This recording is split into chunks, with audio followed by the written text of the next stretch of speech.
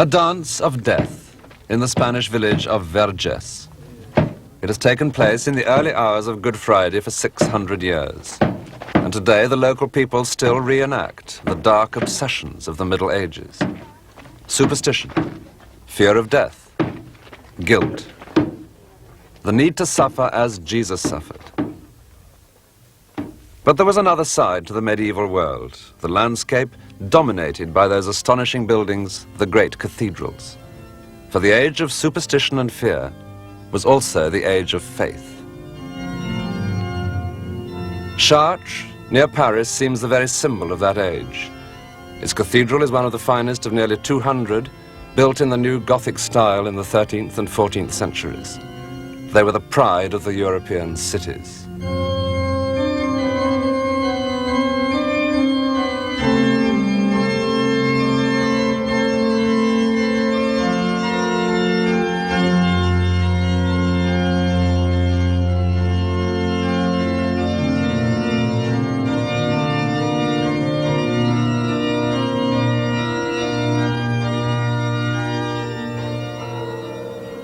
Siena, in central Italy, another reflection of a proud faith.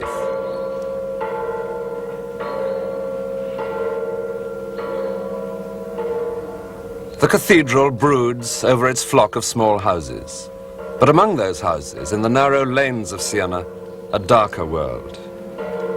Most of those born here in the Middle Ages died as children, and the average length of a human life was 30 years.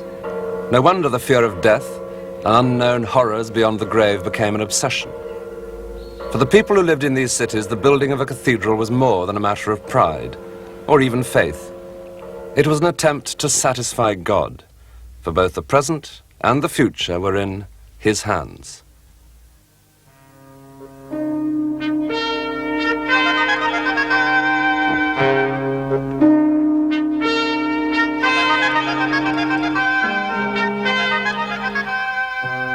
Cities would rival each other with ever more ambitious arches, never certain they would even stand, trusting only to God.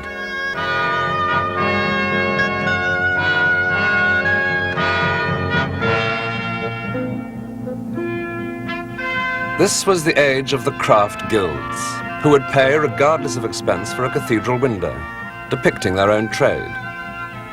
The masons had formed themselves into powerful Masonic lodges, and sometimes the entire community would lend a hand in the great endeavor, which might encourage God to help them in this world and be merciful to them in the next.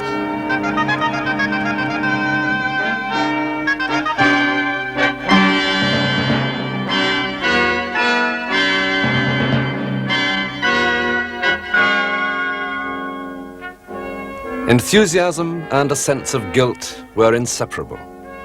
Their sense of guilt gave them the energy to build their cathedral, and the cathedral gave them hope.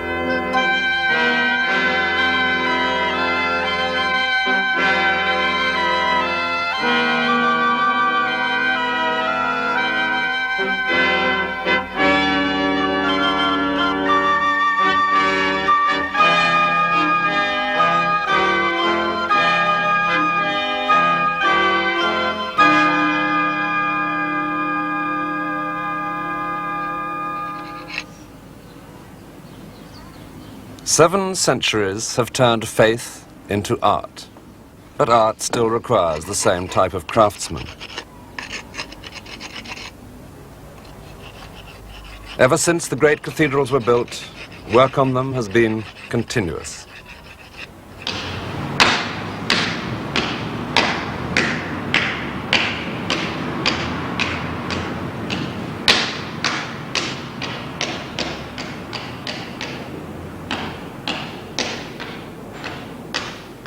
Here at Lincoln, the workshops still lie in the shadow of the cathedral, like the Masonic lodges of the Middle Ages.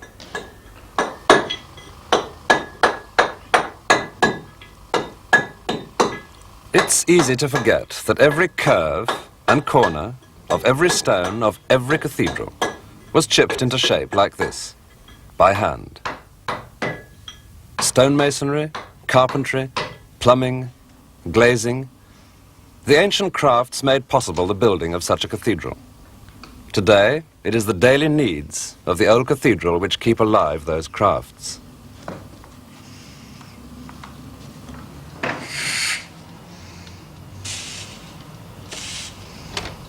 The skills of a medieval craftsman were passed from father to son, and the building of Lincoln Cathedral could have monopolized the working life of a family for up to 8 generations. When the main part of it was completed, around 1300, it had already been 200 years in the making. The cathedral was in every way the center of the community. It dominated the lives of the people here, just as it dominated their town. And it was a pattern repeated all over Europe.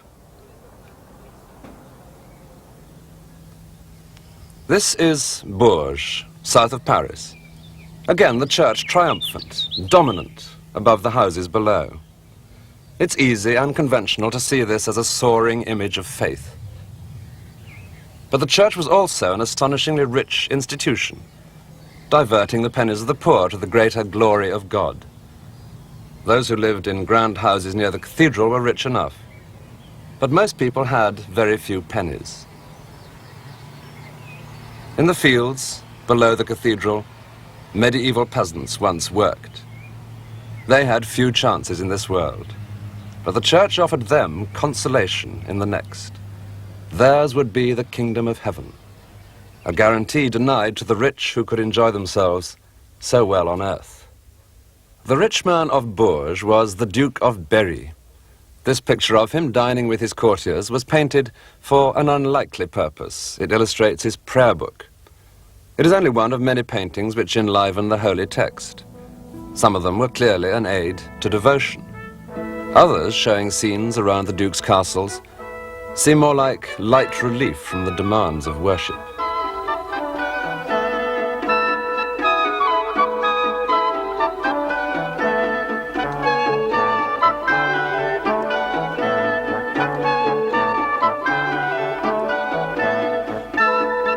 When it came to the peasants, the Duke's artist had the tact to show them remarkably well dressed. But in the month of December, even the Duke could appreciate that their life was not quite like his own.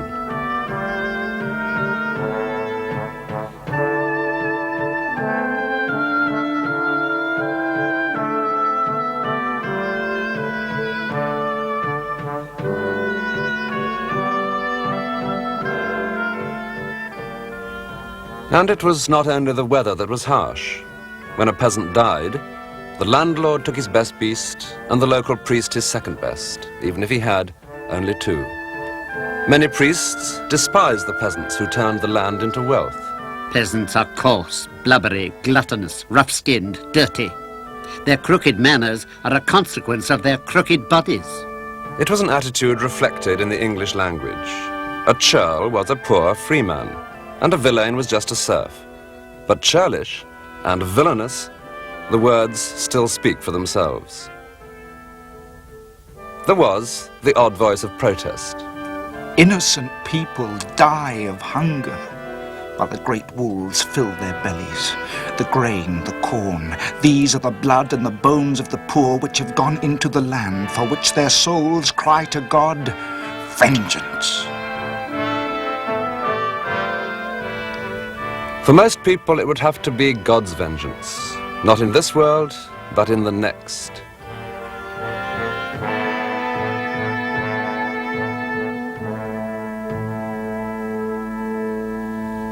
The most detailed architectural drawing in the Duke of Berry's prayer book is the west front of his local cathedral at Bourges. Every time that he, or anyone else in Bourges, entered this cathedral, they were reminded of a vengeance that threatened them when they were dead. Above the main entrance is a sculpture which makes God's judgment all too plain. When the trumpet sounds on that last judgment day, the graves open and naked men and women clamber out to hear their fate.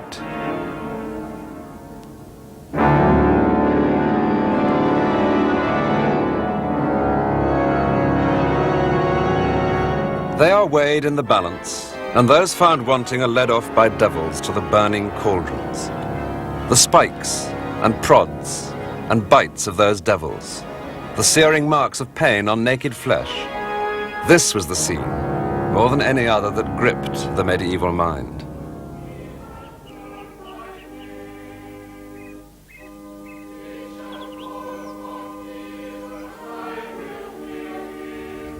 On the walls of even quite small churches in the Middle Ages, there were likely to be paintings of this same cautionary subject, the Last Judgment. One survives in the village of Chaldon in Surrey. Nowadays, it is an interesting old fresco on the wall. But most of the people coming to church in the Middle Ages couldn't read, and these paintings were described as books for the illiterate. An old woman described them in a medieval poem. I'm a poor old woman who knows nothing. I never could read.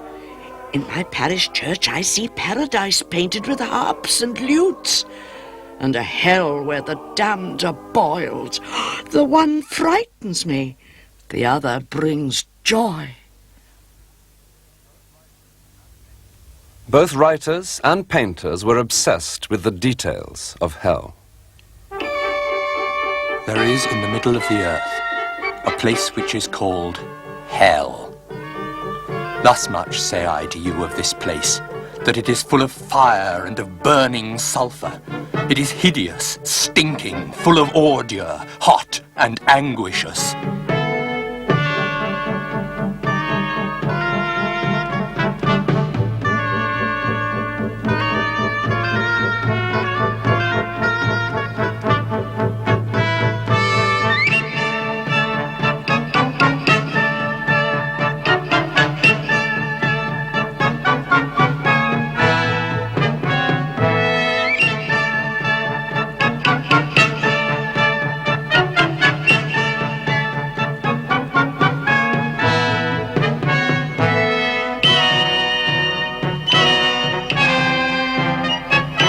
Devils were everywhere in the Middle Ages, but most of all they clustered round a deathbed, particularly when it was a rich man, still clutching his money bags. The devils haunt us most of all on our deathbed. They come down upon us like rain. The whole air, I say, is thick with devils, yet they can do nothing against the sign of the cross.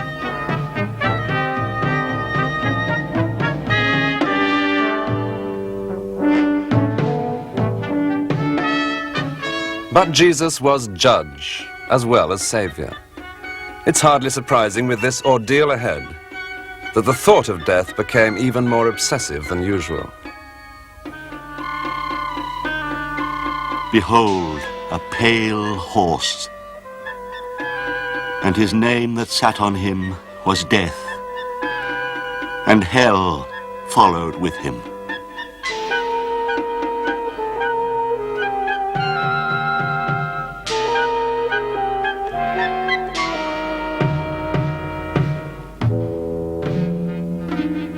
Obsession with death increased as the centuries passed, and here at the Capuchin Cemetery in Rome, every scrap of decoration is a friar's bone. Memento mori. Remember, thou shalt die. Little chance of forgetting it here.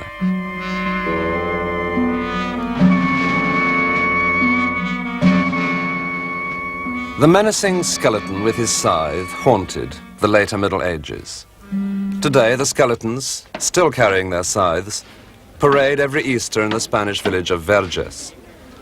The passion play which the villagers perform is like a window on the Middle Ages, with its sense of impending doom.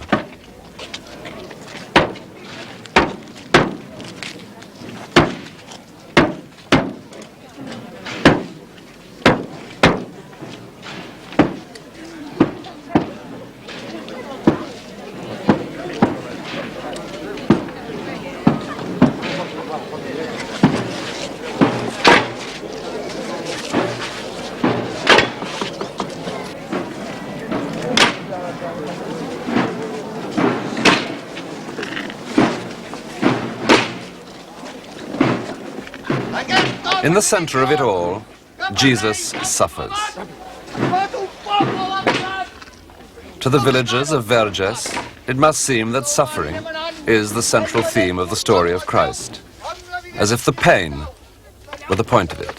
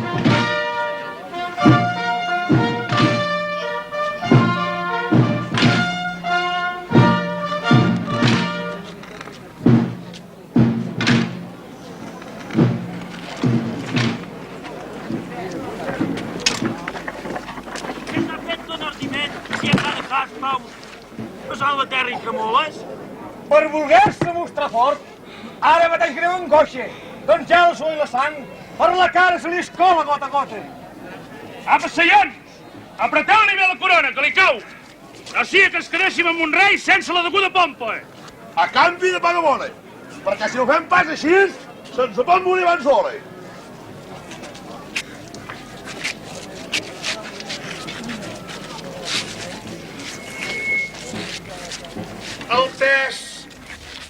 The physical suffering of Christ was seized on by painters, as in this crucifixion by the German artist Grunewald.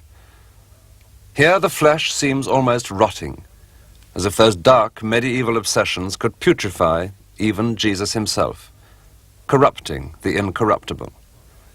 Yet in this moment of horror lay the one and only hope. For Christ, so everyone believed, had risen again even from this. He had conquered death.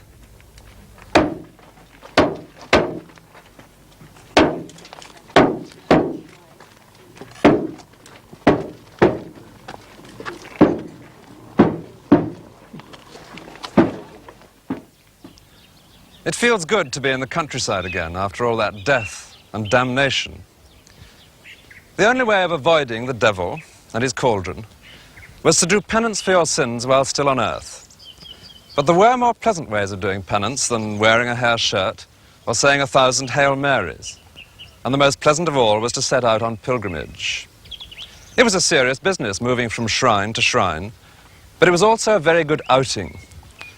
Pilgrimage was the tourism of the Middle Ages, and a party of pilgrims set out with just as much enthusiasm as any package tour today. And they'd be just as varied a group of people.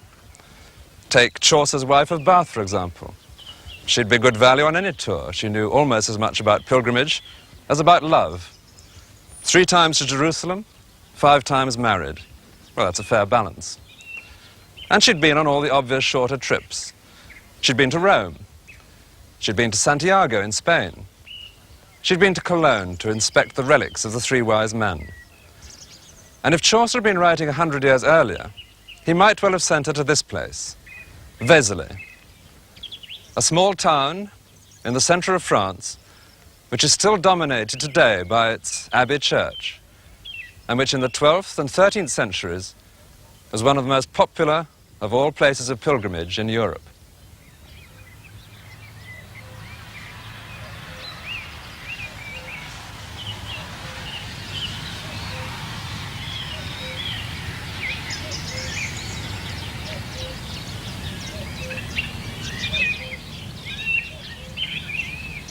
A place becomes a tourist resort today if it has a good beach, or famous buildings and works of art. But what mattered in the Middle Ages was relics, fragments of saints.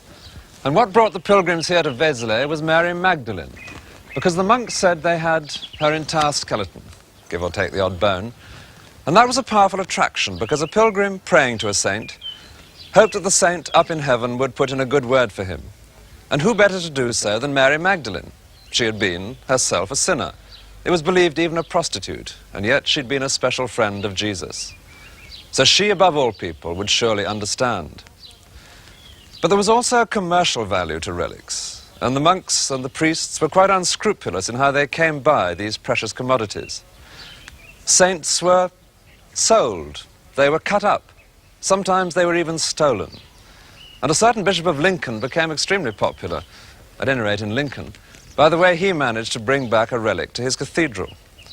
He'd been abroad on pilgrimage when he knelt down to kiss what was said to be another bone of Mary Magdalene, not here in Vézelay, somewhere else. And when no one was looking, the good bishop managed to bite off the end of the bone. And to the eternal gratitude of Lincoln, he brought it safely home. The Abbey Church here in Vézelay is an indication of the material power of relics. The skeleton of Mary Magdalene brought so many pilgrims here in the 12th century that the monks were able to build what is now one of the great treasures of Romanesque architecture. Many of the great medieval shrines still have their pilgrims and their relics. But at Vézelay, local Protestants long ago burnt the remains of Mary Magdalene. And pilgrims here are little more than a memory.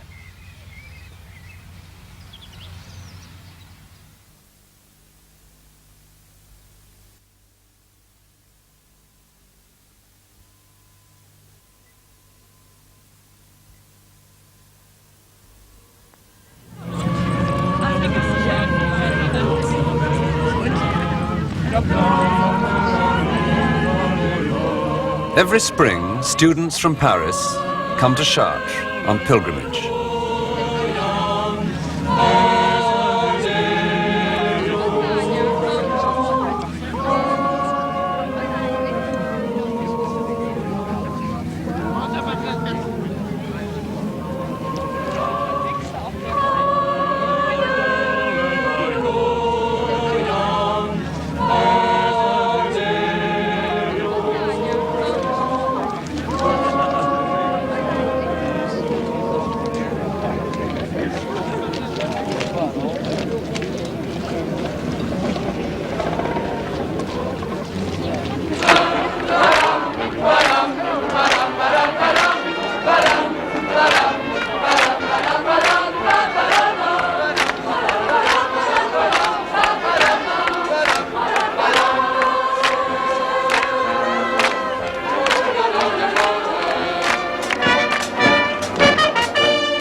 The look of the whole event may be very different from pilgrimage in the Middle Ages. The fear of hell and of God's wrath on the Day of Judgment may no longer be the motive for these pilgrims, but the enjoyment of the outing must have been very much the same.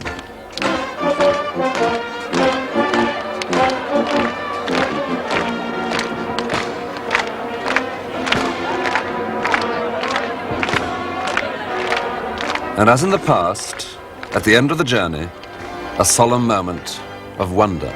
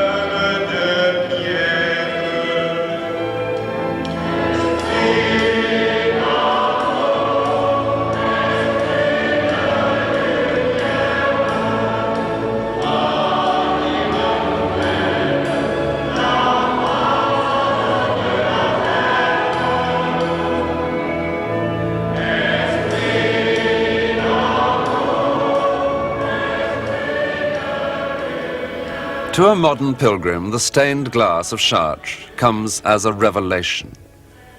In the 13th century, when the cathedral was built, it must have seemed even more amazing, for such a vast expanse of colour was something entirely new.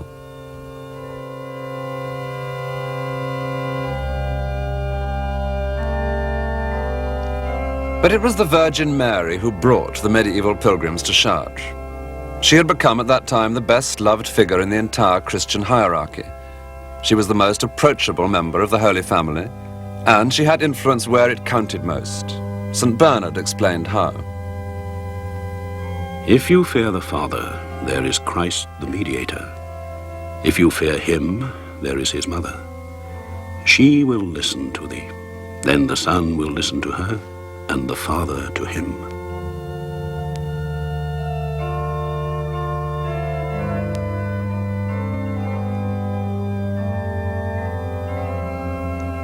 The crypt at Chartres is blackened by the candles of centuries of pilgrims. And on the altar is the relic which more than anything else has brought them here, La Sainte Chemise, the Holy Tunic. It was believed in the Middle Ages to have been the Virgin's undergarment when she was giving birth to Jesus. A most intimate relic, you might think, but not by the standards of the Middle Ages.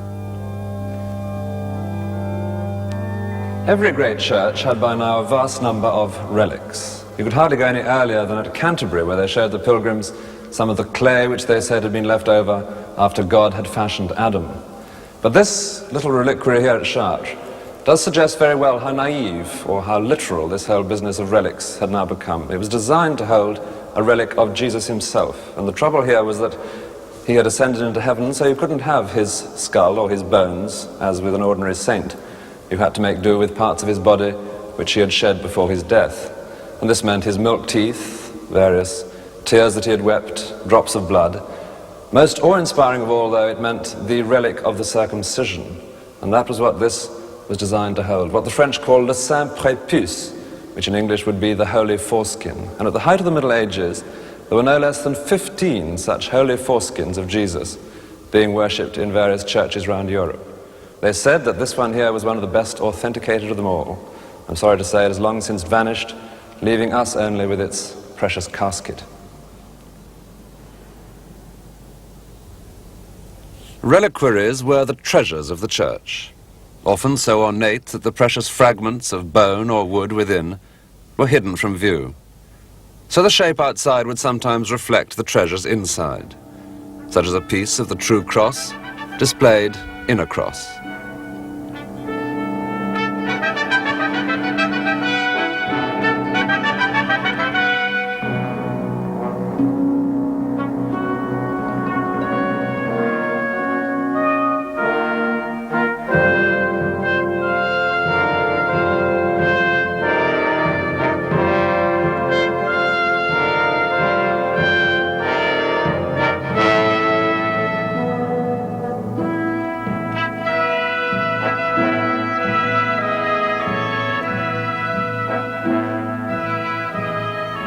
This lavish casket was made for the rich man of Bourges, the Duke of Berry, and was designed to hold just one thorn of the crown of thorns.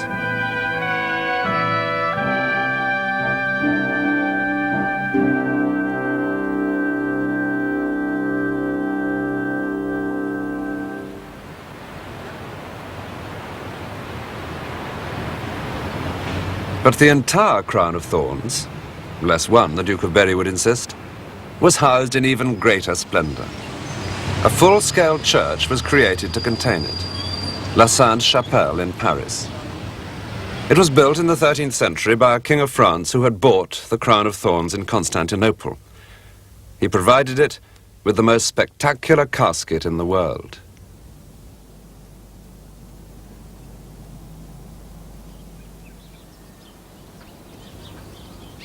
The Italian town of Assisi was the home of one man who rejected the wealth of the church.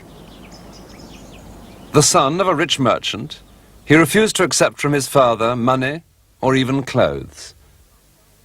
He was St. Francis, and the example he gave of simplicity and poverty persuaded many to join his new order of friars, the Franciscans.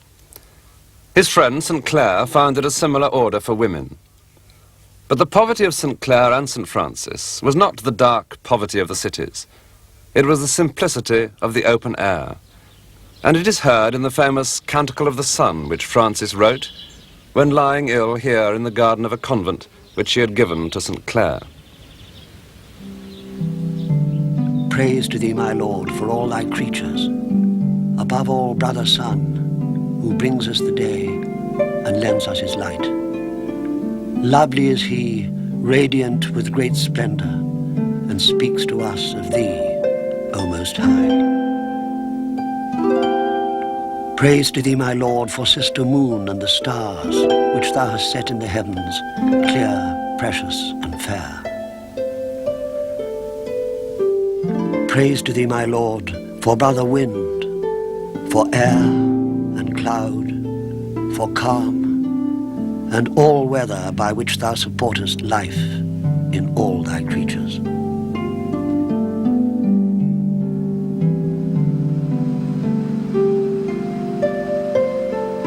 Praise to thee, my Lord, for sister water, who is so useful and humble, and precious and pure.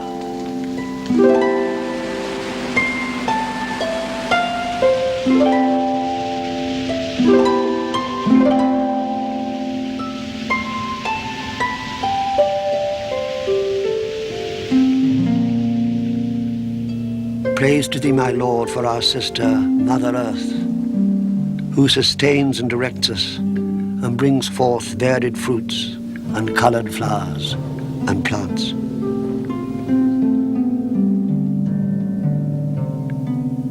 Praise to thee, my Lord, for our sister, bodily death, from whom no man living may escape.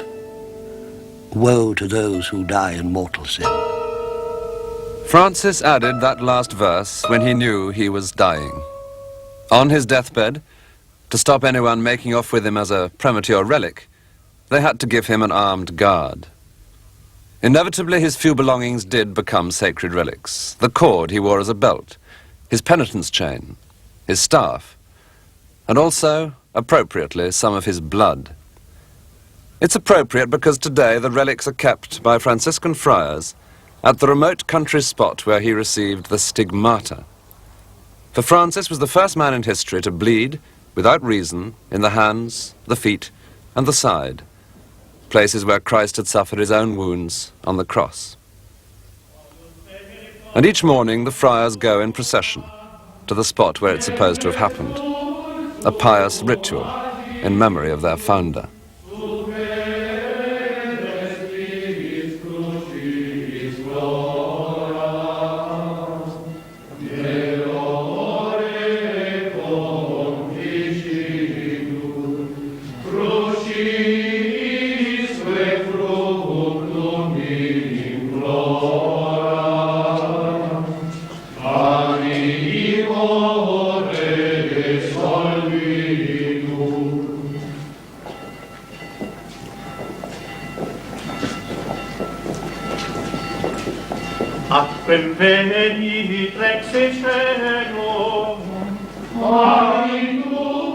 Compared with those riches of the church that Francis had so firmly rejected, this is a fairly modest convent.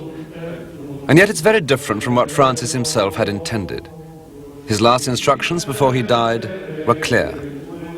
Let all the brethren beware of accepting churches, houses, or anything else provided for them, unless they conform to holy poverty, to which we are vowed in our rule.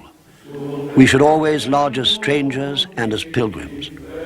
It was a vain hope. At Assisi, as soon as he was dead, his friars began to collect funds for this massive basilica in his memory.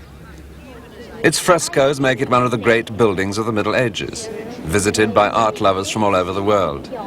Yet it's precisely what Francis had forbidden, and it split his followers into two camps. It was the old dilemma.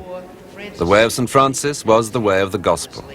This opulence has more often been the way of the church. People used to say, in a spiritual way, Francis married himself to poverty. And that's what you see directly in front of us, the spiritual marriage of Francis and Lady Poverty. That tall girl is Lady Poverty, the tall girl with the patches on her dress. Francis is putting a ring on her finger. Jesus Christ stands in the middle, blessing that marriage. So these are the foremost. Selig, die rein Herzen sind. Nur sie werden Gott schauen. Schauen wir hier hinüber, auf diesem Bild ins Eck. Da ist ein Wildschwein. Da ist ein schöner Arm. Elementi tipicamente looks like he's got a patch on his rear. That's square there. Questo corrisponde proprio alla mentalità dell'arte senese. Infatti noi adesso andremo a vedere la cappella di Simone Martini e fu il ricorrimento, diciamo, dietro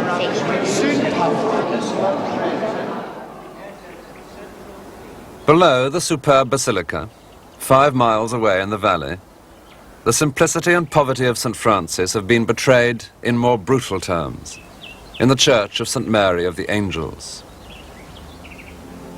Inside this pompous shell, sitting like a mouse in a palace, is the tiny chapel that was St. Francis's own favorite.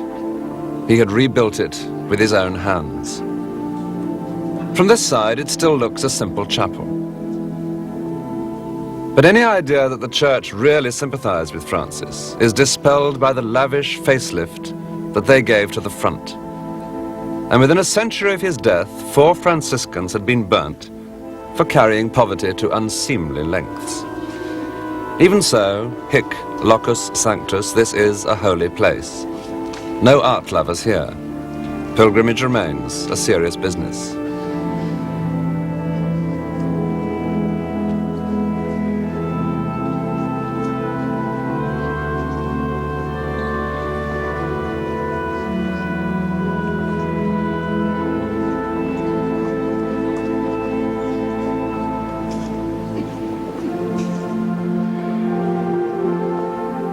Modern pilgrims no longer want to be confronted by skeletons or skulls.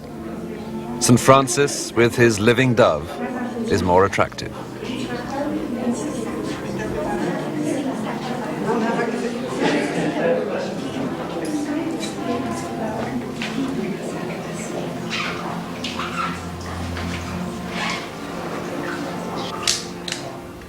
St. Francis had thanked God for Sister Death. But halfway through the 14th century, she had a new horror up her sleeve, the Black Death. In 1346, Europeans began to hear rumors of a plague in China. It was already moving west. In 1347, it was in the Middle East. By the spring of 1348, it had reached Italy. As refugees fled before it, they carried the germs with them, until the arrival of the plague came to seem as inevitable as God's judgment itself. The crowded cities of central Italy suffered most, among them Siena. The plague hit Siena harder than almost any other city in Europe. It was said that 50,000 died here in 6 weeks. Today, Siena remains medieval in its appearance, much as the Black Death left it. Even its atmosphere can be ominous. In that dreadful summer, the sun rising over the city square revealed every day new horrors. More corpses pitched into the streets, till 6 out of every 10 people were dead. Nowadays, we'd call it a disaster. In the Middle Ages, they knew it was the judgment of God.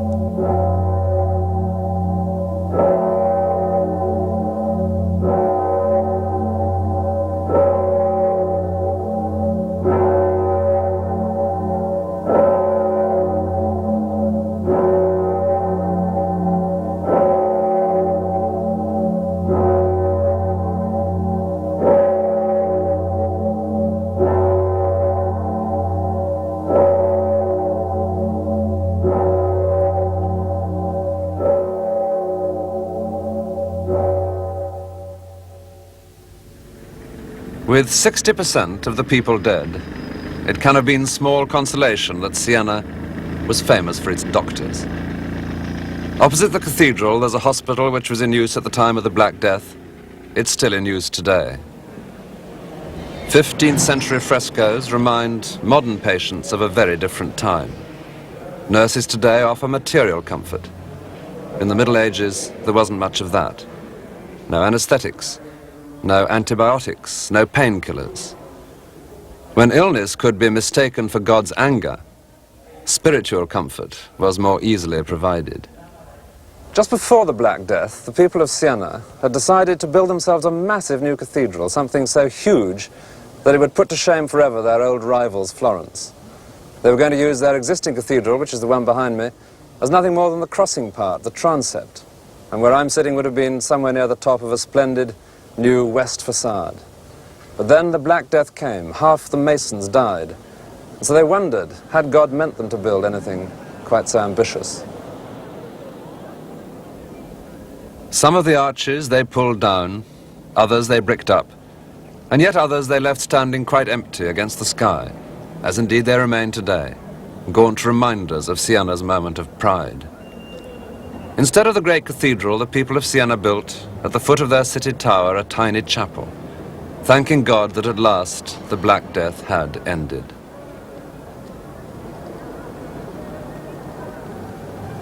The people of Siena by now knew of another good way of keeping in credit with God.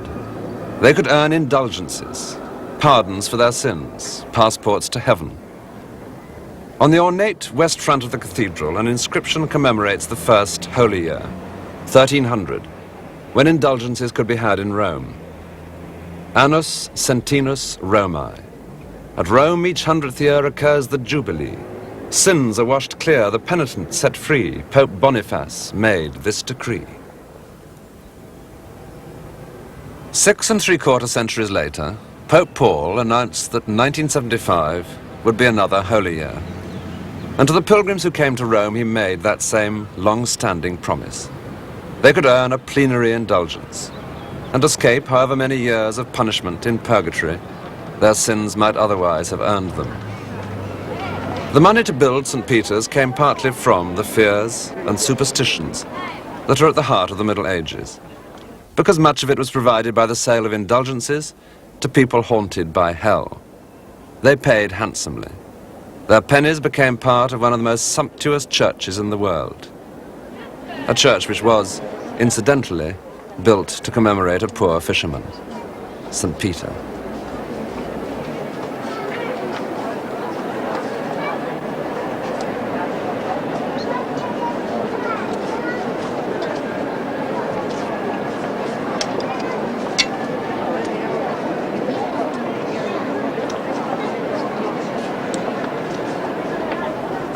In that first Holy Year of 1300, a visitor wrote of 2 priests in old St. Peter's who gathered in the money with rakes. Well, naturally, that's been eagerly quoted by Protestant historians ever since. But it can hardly be true, because the takings of the church in the whole of that year were only double the normal. As always, it was the traders who gained.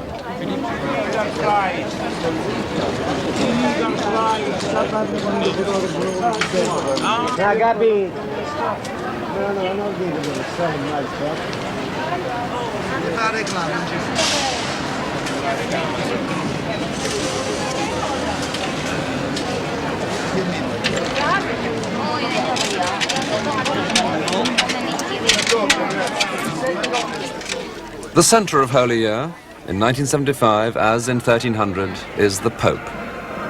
And one particular day is surely the central event of the entire year. Easter morning in St. Peter's Square, celebrating the resurrection of Jesus Christ from the dead.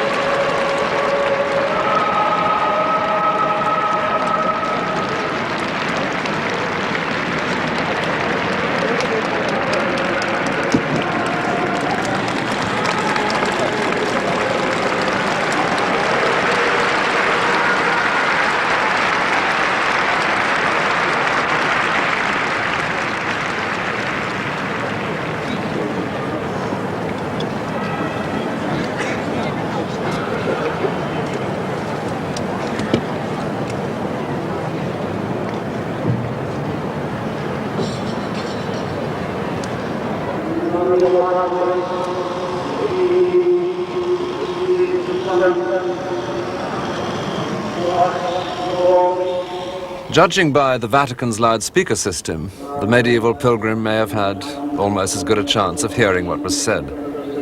But the important thing is to be here.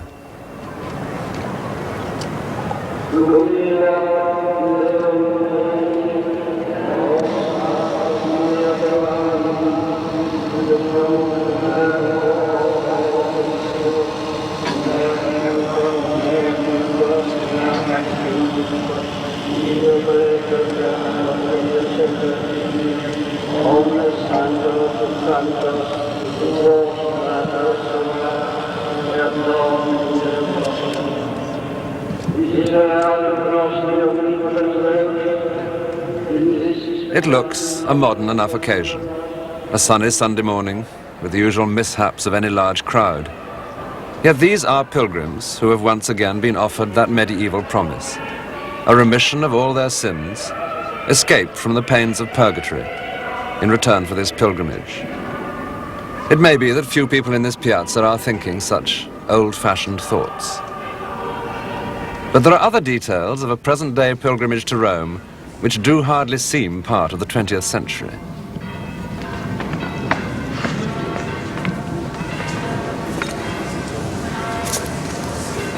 There is no piece of devotion more humble in Rome than to climb on one's knees the Scala Santa, the Holy Staircase. Tradition says that these are the very steps of the house of Pontius Pilate, the steps that Jesus, bleeding, walked down to begin his passion. They were brought 3 centuries later to Rome for safekeeping, and since then millions have climbed them on their knees, including on one occasion a young monk, Martin Luther.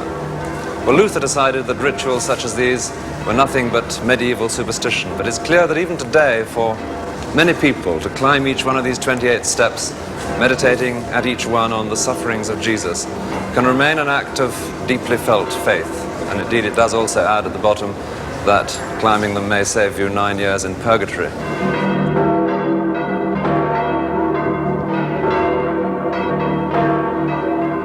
And so the contrasts of the Middle Ages remain, as in the bell, the public voice of the church. The bell that tolls for Easter morning also tolls for death.